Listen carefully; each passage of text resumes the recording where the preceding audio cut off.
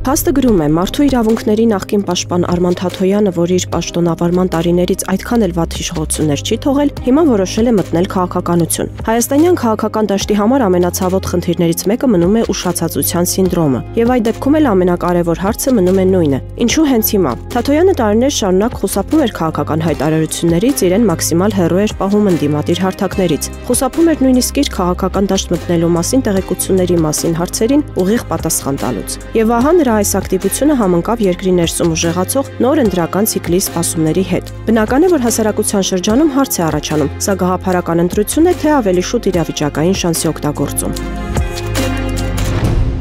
Հրապարակը գրում է, ՔՊ վարչության նիստից հետո Արգիշտի Մեխակյանը լրագրողների հետ Վահագն Ալեքսանյանական ոճով զրույցում քաղաքական կոշտ որակումներ էր հնչեցրել նախկին նախագահների եւ նրանց թիմերի հասցեին։ Սերժ Սարգսյանի մասին անունով էր խոսել։ Մեխակավանն ազատագրած հոր հանգուցյալ հրամանատար Մեխակ Մեխակյանի падգամն ուրանալու մասին հարցից էլ քաղաքապետի տեխնացուն ընկել էր ցայտնոտի մեջ եւ ասել, որ Արցախը ոչ թե իրենց թիմն է հանձնել, այլ նախկինները։ Իրականում Մեխակյանն ինքն էլ է այդ կեղեքիչ իշխանությունների մաս կազմել, պետական ապարատում է աշխատել։ Թերթը տեղեկացել է, որ նա եղել է կադաստրի կոմիտեի նախկին նախագահ Երևան Զախարյանի օգնականը, ապա կադաստրի կոմիտեից տեղափոխվել է էներգետիկայի եւ բնական պաշարների նախարարություն։ Երբ նախկինների ամենակարկառուն ներկայացուցիչ Զախարյանը նախարար է նշանակվել, Արգիշտին էլ իր հետ է տարել։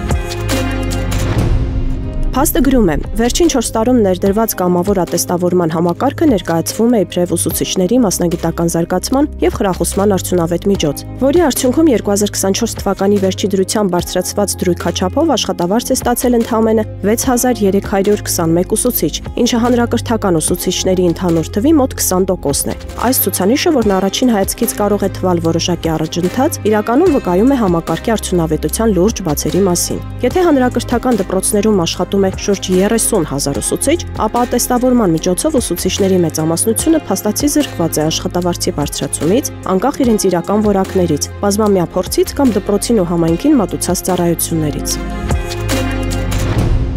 Ժողովուրդը գրում է, անհետ կորածի հարազատ Արսեն Ղուկասյանը, որի եղբայրը զոհվել է, իսկ եղբորորդին արդեն 5 տարի անհետ կորած է, հայտնվել է կալանքի տակ մեր ձևով արտահայտության համար։ Սեպտեմբերի 27-ը Արսեն Ղուկասյանի ծննդյան օրն էր, եւ նա ՊՆ-ի մուտքի մոտ եթեր էր մտել ասելով. «Ինձ իմ ծնունդի առիթով մի շնորհավորեք։ Մենք եկել ենք ՊՆ իմանալու մեր երեխեքի հարցով ով է զբաղվելու։ Մենք ՊՆ-ին ենք տվել մեր երեխեքին, իրենցից էլ պահանջում ենք։ 5 տարի մեզ խաբելով փափուկ բարձ են դրել մեր գլխի տակ, բայց ոչ մի քայլ չեն անում։ Մենք սպասում ենք։ Ինձ երևի լսում են, կամ կընդունեն մեզ, կամ մենք մեր ձևով կանենք»։ Եվ ահա հենց այդ մեր ձևով կախարդական արտահայտությունը դարձավ ճակատագրական։ Հրապարակը գրում է, օրերս Գագիկ Ծառուկյանը հանրությանը ներկայացրեց առաջարկ Հայաստանի նախաձեռնությունը, որի նպատակը հասարակական քաղաքական դաշտի մոբիլիզացիան է։ Տեղեկություններ կան, որ Ծառուկյանի թիմն ակտիվ աշխատանքներ է տանում, որ համապետական ընտրություններից առաջ այս նախաձեռնությունն առանցքային ուժ դառնա կամ, այսպես կոչված, դաշտի ազդեցիկ բևեռներից մեկը։ Սակայն ոմանք կասկածներ ունեն եւ հստակություն են ուզում, որ հասկանան, թե նախաձեռնությունն ինչ ուղղվածություն է ունենալու, ովքեր են անդամագրվելու եւ վերջապես այն վերջն արդյունքում կարող է համագործակցել գործող իշխանությունների եւ Նիկոլ Փաշինյանի հետ։